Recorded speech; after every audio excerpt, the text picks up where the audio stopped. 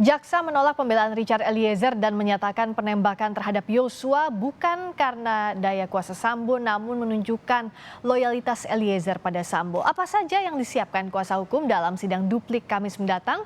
Sudah bergabung Stella Masengi, kuasa hukum dari Richard Eliezer, dan Firman Wijaya, pakar hukum pidana. Selamat malam Mbak Stella, Pak Firman.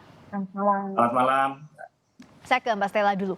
Tadi Jaksa penuntut umum menyebutkan bahwa tidak ada daya paksa dan bahkan menyebutkan itu loyalitas Eliezer kepada Sambo. Apa poin bantahan dari pihak Anda?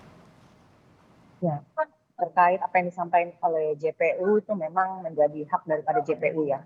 Tetapi kami punya argumentasi yang lain. Begitu juga dari fakta persidangan yang ada, ahli dan beberapa pakar juga sudah menyampaikan argumentasi yang lain dengan jaksa penuntut umum, termasuk dari Pak Riza Indragiri pada saat itu menjelaskan terkait juga mengenai relasi kuasa seperti itu. Ya, seperti yang disampaikan bahwa Eliezer ini tidak memiliki memiliki mens rea, mengikuti daripada loyalitasnya terhadap Ferdi Sambo. Kalau jaksa sendiri memang cermat dalam apa yang disampaikan, apa sih loyalitas itu? Nah, itu merupakan adalah salah satu bentuk kepatuhan dan ketaatan Richard Eliezer dan terlebih terkait dengan relasi kuasa yang posisinya di mana Ferdi Sambo ini adalah atasan langsung baik secara de jure dan de facto terhadap Richard Eliezer. Jadi disinilah terhadap perintah jabatan itu jelas. Posisi Richard Eliezer ini pun jelas gitu. Nah, soal perintah jabatan relasi kuasa ini Pak Firman dibantahkan tadi oleh jaksa penuntut umum. Anda melihatnya bagaimana? Iya, sebenarnya yang menarik ini Mbak Friska, hari ini tadi saya juga ikuti soal bagaimana sikap jaksa di dalam repliknya ya. Kesan saya jaksa begitu emosional dan egosektoral ya. Di bagian mananya Pak Firman? Ya, pertama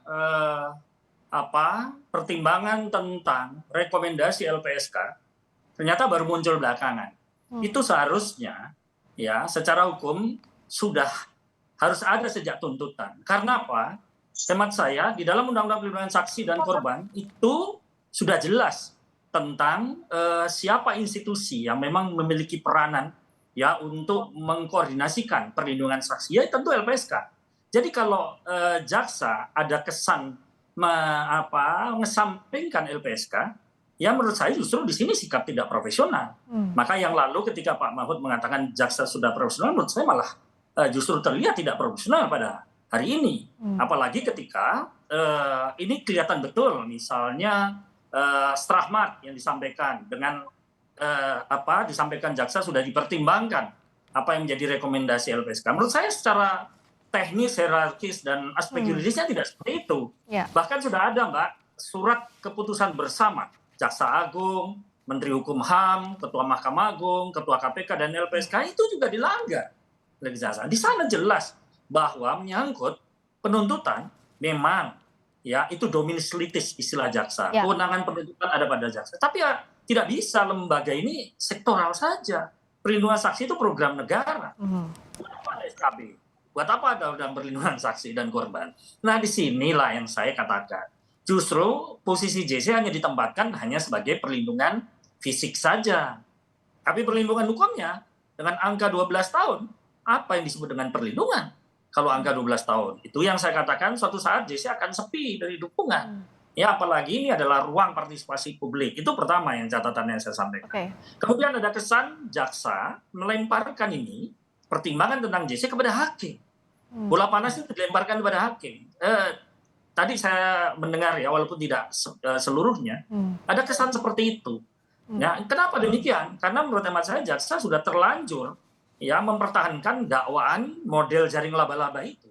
Yang penting semua dijaring, ya semua bisa dijangkau, ya persoalan kebenaran itu soal belakangan. Nah tadi disampaikan oleh PH tadi.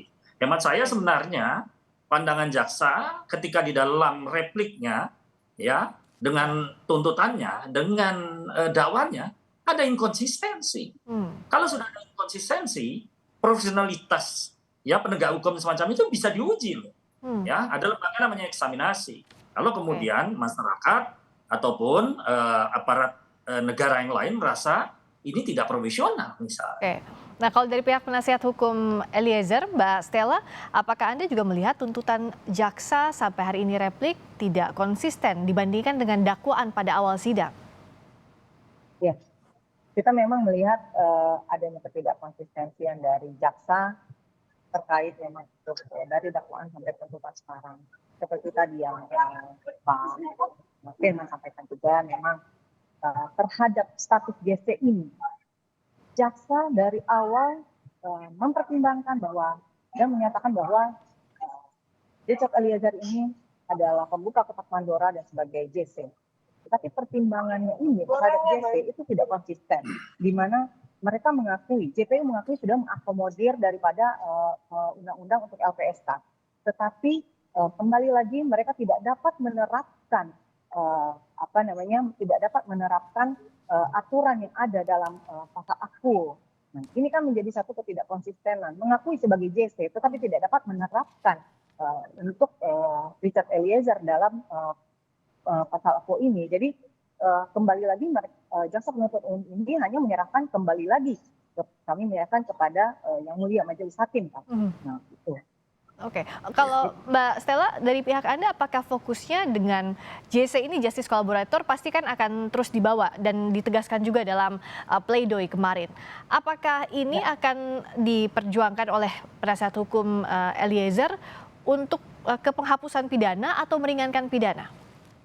Ya, jadi kalau untuk status JC ini memang secara aturan undang-undangnya yang kami ketahui bersama itu adalah memang untuk meringankan.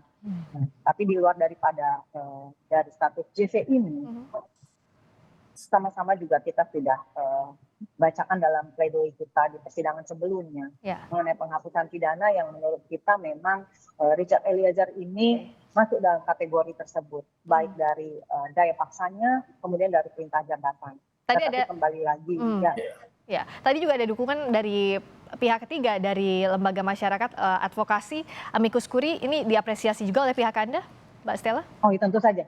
Kami sangat mengapresiasi dan sangat berterima kasih karena adanya masukan dan pandangan yang bisa karena ini menjadi perhatian ya banyak pihak. Nah, kami sangat berterima kasih. Menjadi pandangan dan masukan bagi terutama bagi hakim dan para pihak yang lain untuk bisa mengawal perkara ini. Ya, terakhir Pak Firman singkat saja, apa yang bisa kita pantau nanti yang diharapkan dari majelis hakim? Kalau tuntutan ini kan dianggap dapat kritik dari banyak pihak ya, tapi masihkah bisa kita berharap terhadap vonis hakim nanti?